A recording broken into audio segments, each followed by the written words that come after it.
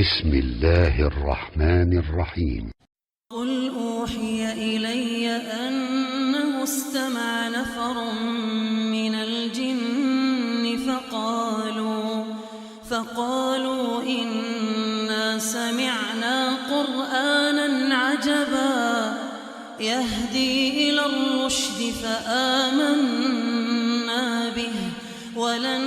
نشرك بربنا أحدا وأنه تعالى جد ربنا ما اتخذ صاحبة ولا ولدا وأنه كان يقول سفيهنا على الله شططا وأنا ظننا أن لن تقول الإنس والجن على الله كذبا وأنه كان رجال من الإنس يعوذون برجال من الجن فزادوهم رهقا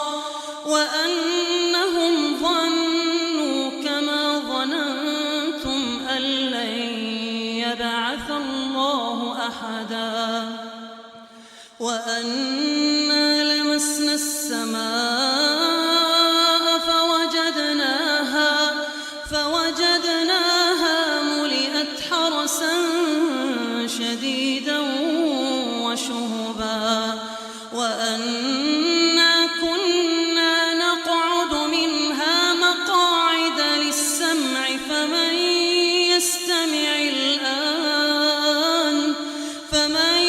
يستمع الآن يجد له شهابا رصدا وأنا لا ندري أشر أريد بمن في الأرض أم أراد بهم ربهم رشدا وأنا منا الصالحون ومنا دون ذلك كنا طرائق قددا وأنا ظننا أن لن نعجز الله في الأرض ولن نعجزه هربا وأنا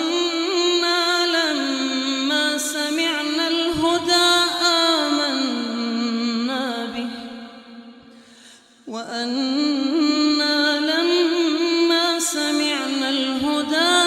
آمنا به فمن يؤمن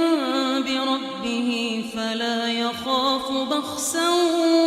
ولا رهقا وأنا منا المسلمون ومنا القاسطون فمن أسلم فأولئك تحروا رشدا وأما القاسطون فكانوا لجهنم حطبا وأن لو استقاموا على الطريقة لأسقيناهم ماء غدقا لنفتنهم فيه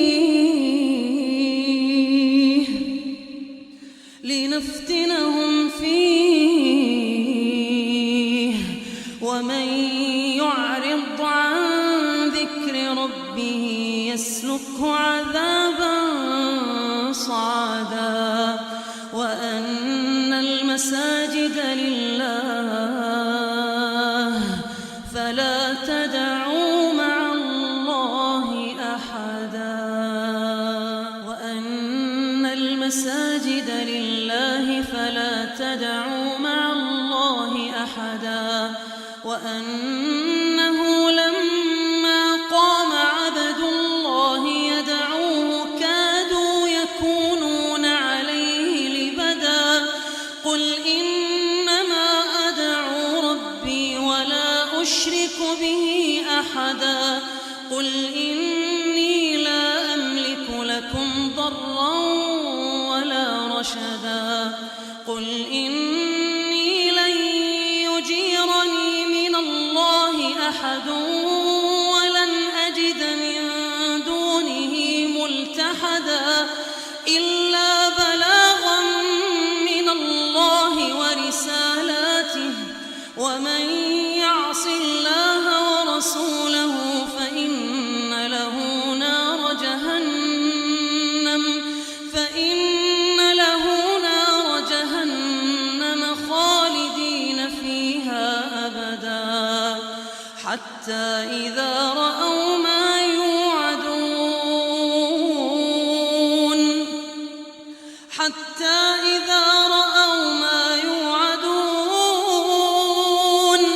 فسيعلمون من أضعف ناصرا وأقل عددا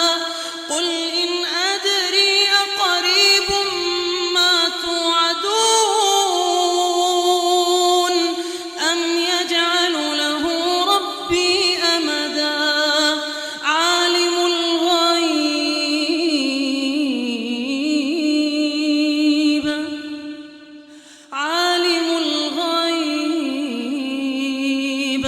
فلا يظهر على غيبه أحدا إلا من ارتضى من رسول فإنه يسلك من بين يديه ومن خلفه رصدا ليعلم أن قد أبلغوا رسالات ربهم وأحاط بما لديهم وأحصى